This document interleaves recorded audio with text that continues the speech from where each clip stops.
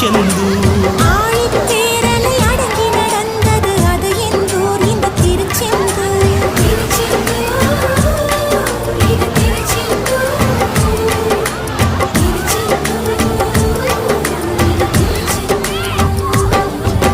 நீலக்கடல் அலைகள் நிரம்பத்தாலாட்டும் திருச்செந்தூர் இது திருச்செந்தூர்.